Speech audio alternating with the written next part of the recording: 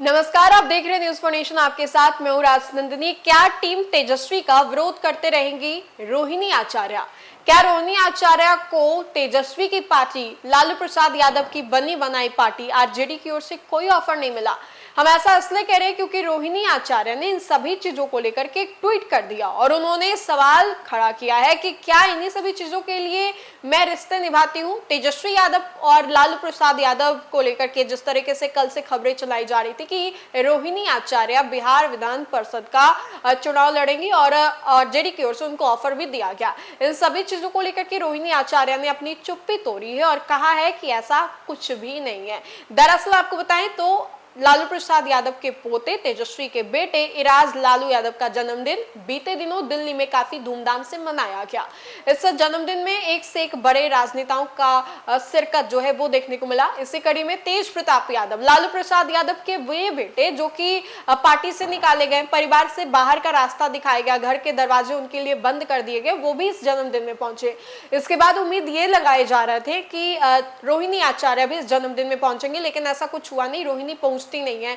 अब रोहिणी को लेकर के ये बातें चली कि रोहिणी आचार्य को आरजेडी की ओर से ऑफर दे दिया गया है बिहार विधान परिषद चुनाव का, लेकिन अब रोहिणी आचार्य ने इन सभी चीजों को लेकर के चुप्पी तोड़ी है। हम ऐसा इसलिए कह रहे हैं क्योंकि रोहिणी के द्वारा खुद एक ट्वीट किया गया है जिसमें रोहिणी आचार्य ने सवाल खड़े किए हैं, कटघरे में आरजेडी के राजनेताओं को खड़ा किया है।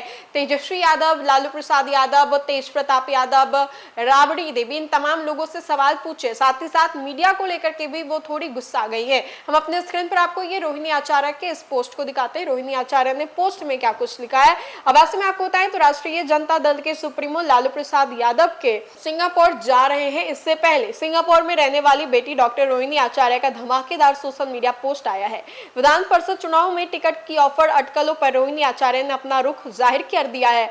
किसी के लालच देने से ये गलत करने वालों का विरोध करना नहीं छोड़ेंगी। रोहिणी आचार्य ने तेजस्वी यादव के व्यवहार पर आपत्ति जताते हुए राबड़ी देवी से रोते हुए सिंगापुर में निकली थी। उन्होंने विधानसभा चुनाव में राजद की करारी हार के लिए संजय झा को जिम्मेदार ठहराया था, जिसके बाद उन्हें तेजस्वी के विरोध का सामना करना पड़ा।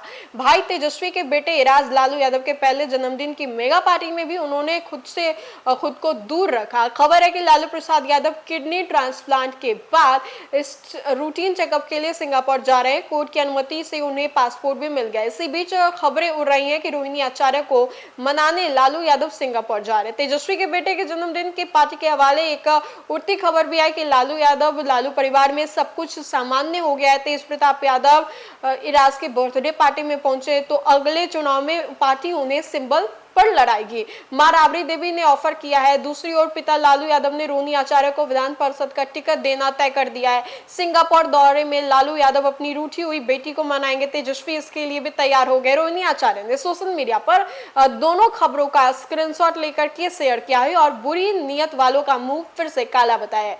घुसपैठी साजिश रचने और विरोधियों के साथ मिली भगत रखने वालों का गिरोह अपने चंद मीडिया मित्रों की मदद से मेरे आगामी विधान परिषद चुनाव में प्रत्याशी बनने की अफवाह फैला रहे। गंदी नियत रखने वाले इन लोगों ने पहले भी मेरी छवि को नुकसान पहुंचाने के मकसद से ऐसी कोशिशें की और तब तक झूठा ये पर्दाफाश किया गया था। अब एक बार फिर से ऐसा ही हो रहा है। जिन्होंने कुछ महीने पहले मेरे नाबालिग बेटे और मेरे सासू माँ के विधानसभा चुनाव लड़ने की बात का अफवाह जम करके फैलाया था, उन्होंने कहा कि मेरे बारे में झूठ फैलाने और गढ़ने वालों को मैं बता देना चाहती हूँ कि इन लोगों के लिए किसी भी प्रपंच झूठ पर मुंह और मेरी छवि पर कोई असर नहीं पड़ने वाला है, क्योंकि मेरे बारे में दुनिया ये जानती है कि मैं किसी भी प्रकार के लालच लोभ से परे हटकर सीधी बात करने और रखने वाली लड़की हूं।